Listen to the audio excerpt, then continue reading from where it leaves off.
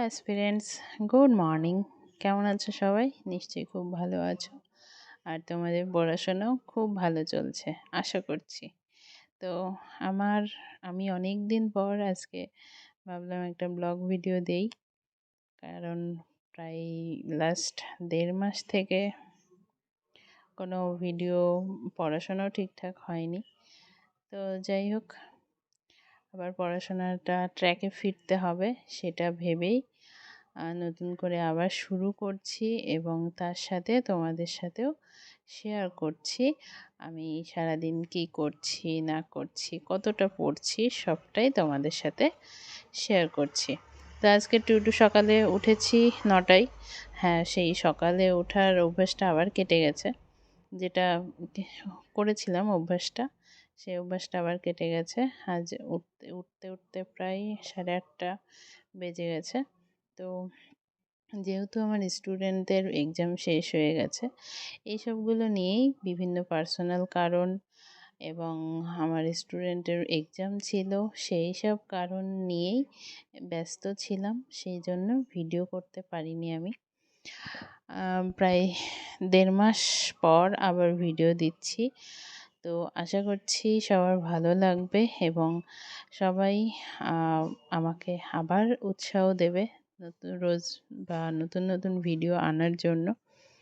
তো তোমরাও আমার সাথে আবার নতুন করে ট্র্যাকে ফিরবে। আমিও সব কিছু গুছিয়ে নিয়ে, সব কিছু সামলে নিয়ে আবার নতুন করে ট্র্যাকে ফিরছি। তো তোমরা যারা দিকভ্রষ্ট হয়ে গেছো এক্সাম হচ্ছে না বলে, তাদের বলছি আবার ফেরো। আমি যখন ফিরছি তখন তোমরাও ফেরো আমার সাথে সাথে। তো আমি চেষ্টা করব এখন থেকে রেগুলার ভিডিও দেওয়ার, যাতে তোমাদের হেল্প হয় এবং তোমরা মোটিভেশন পাও। সেই কারণে আমার ভিডিও দেখে অনেকেই এর আগে বলেছে যে অনেক মোটিভেশন পাই। তো তাদের জন্য সরি, আমি মাঝখানে নিজেই ডিমোটিভেট হয়ে গেছিলাম, কারণ এক্সাম হচ্ছে না। আর তাছাড়াও পার্সোনাল কিছু সমস্যা লাইফে এসেছিল, তো সেগুলো ওভারকাম করতে সময় লাগলো। সব কিছু মিলিয়ে এখন মোটামুটি স্টেবল আছি, তাই ভাবলাম পড়াশোনাটা শুরু করি। আর এক্সাম তো হবেই, এক্সাম যখনই হোক হবে। তো নতুন করে তো টু-ডু লিস্টটা তৈরি করেছি। টু-ডু লিস্ট খুব বড় টু-ডু লিস্ট করিনি, কারণ অনেক দিন ডিটাচ ছিলাম বলতে গেলে। ওই টুকটাক যা একটু বসেছি ওটাকে পড়া বলে না, তো ডিটাচই হয়ে গেছিলাম পড়াশোনা থেকে। তো সেই জন্য ছোট করে টু-ডু লিস্ট তৈরি করেছি। 100 ম্যাথ, 100 জিআই এবং জিকে, এই 3টে সাবজেক্ট নিয়ে আপাতত রিভিশনগুলো কমপ্লিট করব। তারপর আস্তে আস্তে বাকিগুলো, যেহেতু ইংলিশ, তোমরা জানোই ইংলিশ নিয়ে অত চিন্তা নেই আমার, তারপরও শুরু করব, কিছুদিন পর থেকে ইংলিশটা শুরু করব। আর বাদবাকিগুলো আস্তে আস্তে সবটাই কমপ্লিট করব। তো চলো আজকের দেখি কয় ঘন্টা পড়া হয়। তো আজ সকালে উঠে ফ্রেশ হয়ে 9টার মধ্যে বসে গেছিলাম পড়তে।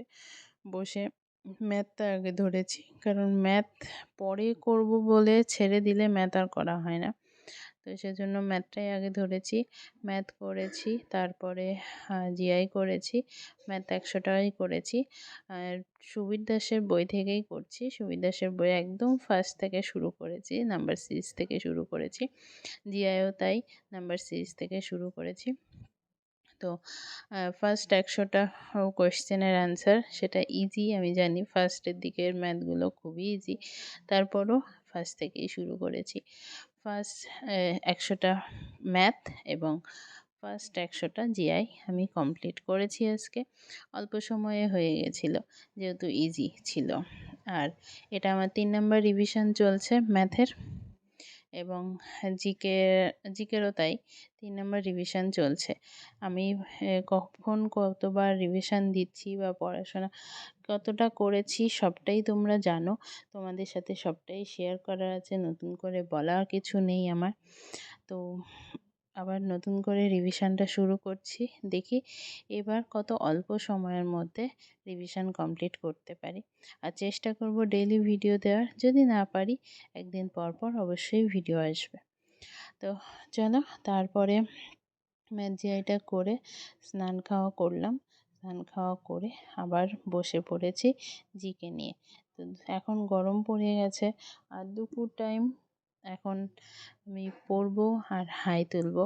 এটা তোমরা যারা আমার পুরনো ভিউয়ার্স আছো তারা জানোই।